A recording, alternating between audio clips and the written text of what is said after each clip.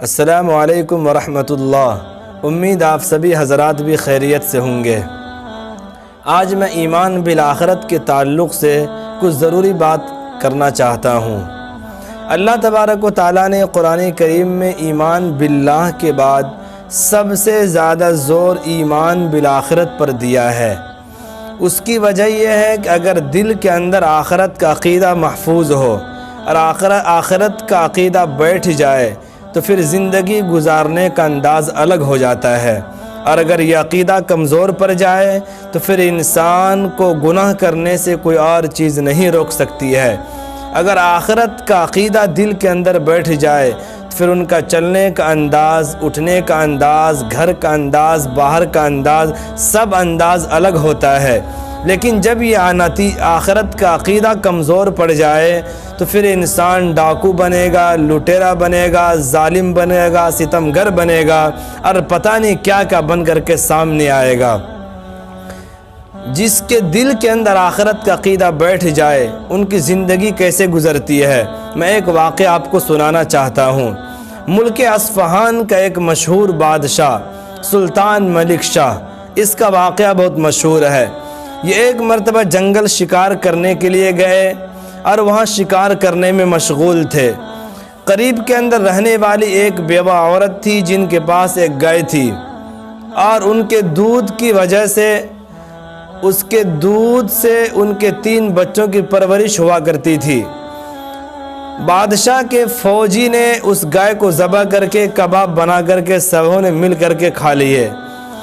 جب بڑھیا کو اس بات کی خبر پہنچی کہ بادشاہ کی فوجی نے ان کے گائے کو کھا لیا، وہ پریشان ہو گئی، بدحواس ہو گئی، لیکن رات کا وقت تھا، وہ کیا کرتی، بیچاری سو گئی۔ صبح ہوتے ہی وہ بادشاہ کے پاس جانے لگی تاکہ بادشاہ تک اپنی بات کو پہنچائے اور ان سے انصاف طلب کرے، لیکن بیچاری بیوہ تھی اور ایک عورت تھی، بادشاہ کی فوج کہاں ان تک پہنچنے کے لیے دیتی۔ چنانچہ اسے روک دیا گیا، وہ بڑھیا رک گئی۔ کہیں سے اسے خبر ملی کہ فلاں دن بادشاہ فلاں نہر کے پل پر سے گزرنے والا ہے۔ چنانچہ وہ بڑھیا اس دن کے انتظار میں بیٹھ گئی۔ جب وہ دن آیا تو پہلے سے وہ بڑھیا اس پل پر جا کر کے کھڑی تھی۔ جب بادشاہ کی سواری وہاں سے گزر رہی تھی تو وہ بڑھیا سامنے آئی اور بڑی ہمت اور جرأت کے ساتھ اس بادشاہ کی سواری کا لگام پکڑ کے اس نے کہا، اے بادشاہ، میرا تمہارے ساتھ کچھ معاملہ ہے۔ بس اتنا پوچھنا چاہتی ہی کہ وہ معاملہ تم اس پل پر حل کرنا چاہو گے یا اس پل پر یعنی پل صراط پر، جو جگہ چاہو تم منتخب کر لو۔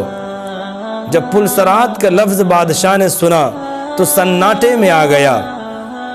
ان کے فوجی یہ سمجھ رہے تھے، ان کے لشکر کے لوگ یہ سمجھ رہے تھے کہ بادشاہ تو اس بڑھیا کا کام تمام کر دے گا، لیکن جیسے ہی بادشاہ نے پل صراط کا لفظ سنا وہ ماں کے قدموں میں آ کے گر گیا اور کہنے لگا، اے بوڑھی ماں، بتا کیا معاملہ ہے؟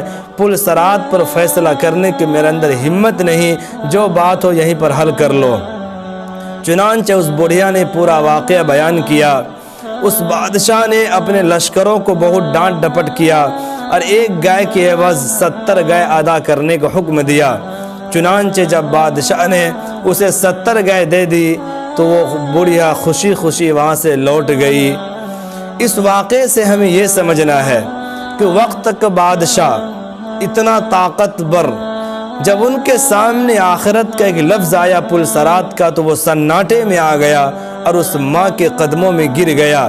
اگر اس کے دل کے اندر آخرت کا عقیدہ محفوظ نہیں ہوتا، اگر آخرت کا نظریہ کمزور ہوتا تو بادشاہی کے نشے میں آ کر کے وہ اس بڑھیا کو نقصان بھی پہنچاتا اور 70 گائے دینے کے لیے بھی تیار نہیں ہوتا۔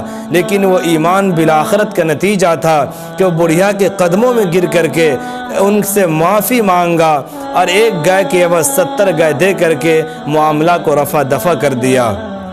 اسی وجہ سے اللہ تبارک و تعالیٰ نے ہر نماز کے اندر سورہ فاتحہ پڑھنے کو لازم کر دیا، اس لیے کہ اس میں ایک آیت ہے مالک یوم الدین، کہ وہ اللہ روز جزا کا مالک ہے۔ جب ایک نمازی 5 وقت کی ہر رکعت میں یہ پڑھے گا اس کے دل کے اندر آخرت کا نتیجہ محفوظ رہے گا، آخرت کا نظریہ محفوظ اور مضبوط رہے گا، تو اس کا کوئی قدم گناہ کی طرف نہیں اٹھے گا۔ اللہ تعالی ہم سب کو آخرت پر ایمان کے تعلق سے عقیدے کو مضبوط کر دے۔